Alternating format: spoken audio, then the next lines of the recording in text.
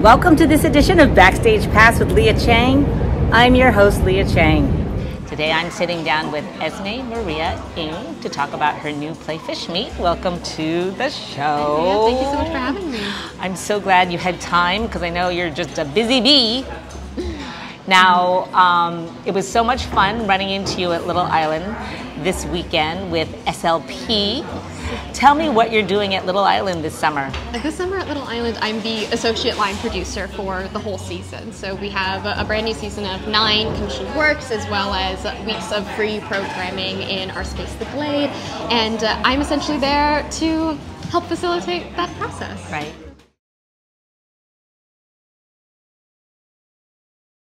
So Fish Meat is the story of 2 different women in 2 different moments in time. The first is a young woman named Ro. She's in her early 20s in modern-day San Francisco, and she's pursuing a PhD in marine biology.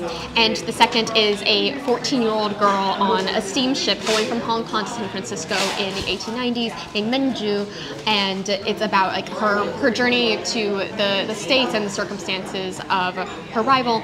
And really the 2 stories are about the things that happen to us, and what I mean by that is really historic and systemic sexual violence, particularly against Asian people, especially Asian women, and about how you move on and how you can find solace and healing and beauty in your life. What inspired you, or where did you draw inspiration from for the subject matter?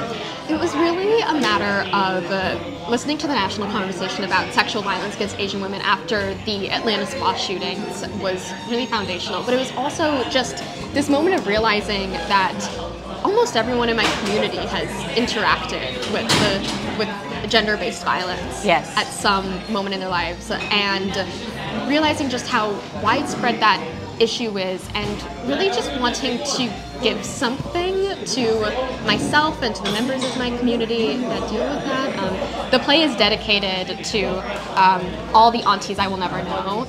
And really what I meant by that is because I had this thought when I first started writing it, that sexual violence is this strange thing that is, it's a severing thing, you know, it severs us, it severs the mind-body connection, it severs our connection to other people, and yet also it's this thing that myself and so many people have in common is going through. Well, and especially against Asian women because of how we've been perpetuated in the mainstream media. Yes, exactly.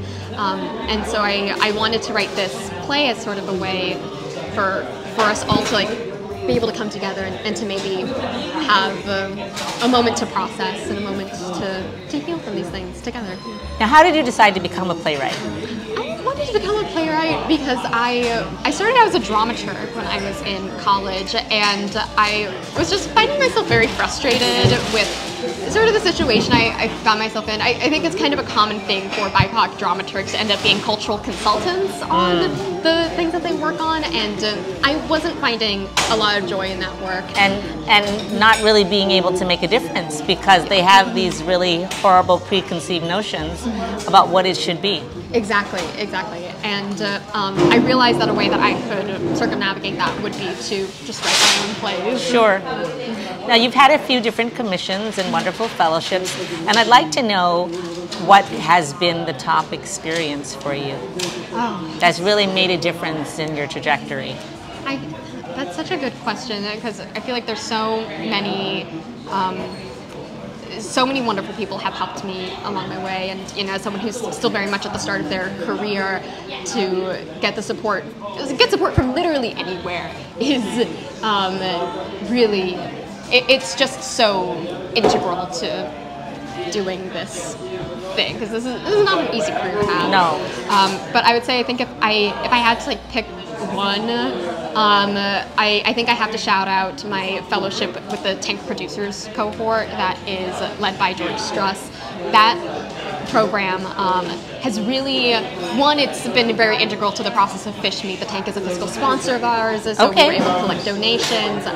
The team at the Tank are so incredibly wonderful. I truly think that they are some of the best champions of indie theater producing and the small scale shoestring budget theater that's really like the foundation of. Well, that's where I art. started my life, so I know exactly what you're talking about. Yes, I love them so much. And George. I meant downtown experimental theater. Yes. Oh, okay. Yes.